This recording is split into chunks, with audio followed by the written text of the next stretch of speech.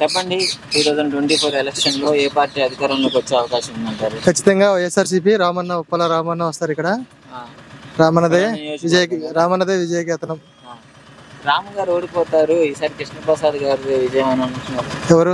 ఎవరు ఎట్టి పరిస్థితుల్లో ఎన్ని అనుకున్నా జగనన్న సంక్షేమ పథకాలు చూసి ఖచ్చితంగా రామన్న గెలుస్తారు. వైసీపీ పార్టీ జెండా ఎగరేస్తాం ఇక్కడ.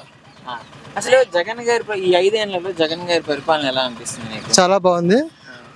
జగన్ గారు పెట్టిన సంక్షేమ పథకాలు ఏంటి, చేయూత పథకాలు ఏంటి, అమ్మఒడి కానీ, నవరత్నాలు కానీ, పేదలందరికీ ఇల్లు, ఉచిత స్థలాలు, ఇళ్ల పట్టాలు, ఇవన్నీ సంక్షేమ పథకాలు చూసుకుంటే చంద్రబాబు గారి ప్రభుత్వం మీద వైఎస్ఆర్సీపీ జగనన్న ప్రభుత్వం చాలా బాగుంది.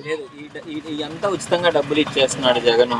నేను వస్తే మంచి చేస్తాను, ఇట్లా ఉచితంగా డబ్బులు ఇంతకు మించి పథకాలు ఇస్తాను అని అంటున్నాడు చంద్రబాబు గారు.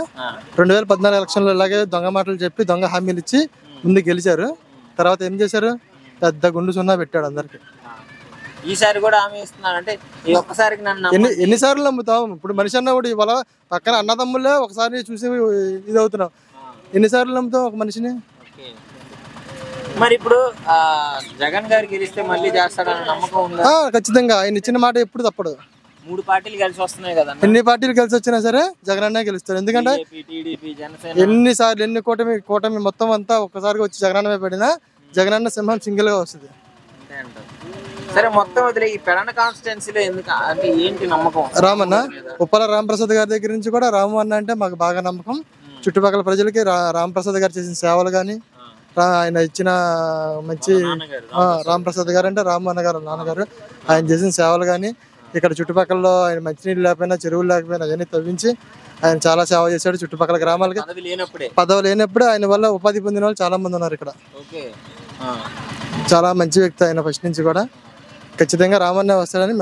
ఒకవేళ పదవి వచ్చిన తర్వాత పట్టించుకోకపోతే పదవి లేనప్పుడే పట్టించుకున్నారు. పదవి రాకుండా పదవి వచ్చిన తర్వాత పట్టించుకోవడం ఎలా అనుకుంటాం? పదవి లేనప్పుడే అందరినీ పట్టించుకున్నారు కదా. పదవి వచ్చిన తర్వాత అందరినీ పట్టించుకుంటారు అని మా నమ్మకం. మాకు చాలా నమ్మకంగా డెఫినెట్లీ కన్ఫర్మ్.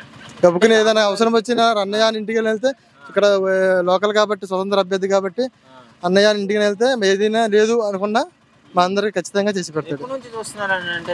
రాము గారి దగ్గర నేను ఒక 13-12 సంవత్సరాల నుంచి చూస్తున్నాను. గబుక్కుని ఏదన్నా అన్నయ్య నాకు ఇది చేసి పెట్టానయ్య అంటే ఏ రోజు కూడా తన సాయ శక్తిలా అయితే అవుతుందని చెప్తాడు, లేకపోతే లేదని మొహమాటం లేకుండా చెప్పేస్తాడు. అంతేగాని ఇది అవుతుంది ఇది అవ్వదు అని చెప్పి వెనకాల తిప్పించుకోవడం చేయడం అనేది రామన్న చరిత్రలో లేదు. మాకు అంత నమ్మకం. సో మరి ఇప్పుడు పిఠాపురంలో అలాగే మంగళగిరిలో లేడీ అభ్యర్థులను పెట్టారు కదా. అంటే మా జగనన్న అజెండా ఏంటంటే ప్రత్యర్థుల మీద ఆడవాళ్ళని పెట్టి గెలిపించే కెపాసిటీ మా జగనన్నది. అంటే వాళ్ళు కొంచెం బలమైన వ్యక్తులు కదా. బలమైన వ్యక్తులు అయితేనే ఆడవాళ్ళని పెట్టి గెలిపిస్తారు రేపొద్దున. కాన్ఫిడెన్స్ ఖచ్చితంగా రేపొద్దున వంగ గీత గారు కానీ, ఇక్కడ మంగళగిరి కల్పన గారు కానీ ఖచ్చితంగా వస్తారు. హిందూపురంలో బాలయ్య బాబు మీద కూడా అమ్మాయినే పెట్టాం మేము. ఆడవాళ్ళని పెట్టి గెలిపిస్తాం రేపొద్దున. వైసీపీ జెండా విజయకేతనం ఖచ్చితంగా ఎగరవేస్తాం.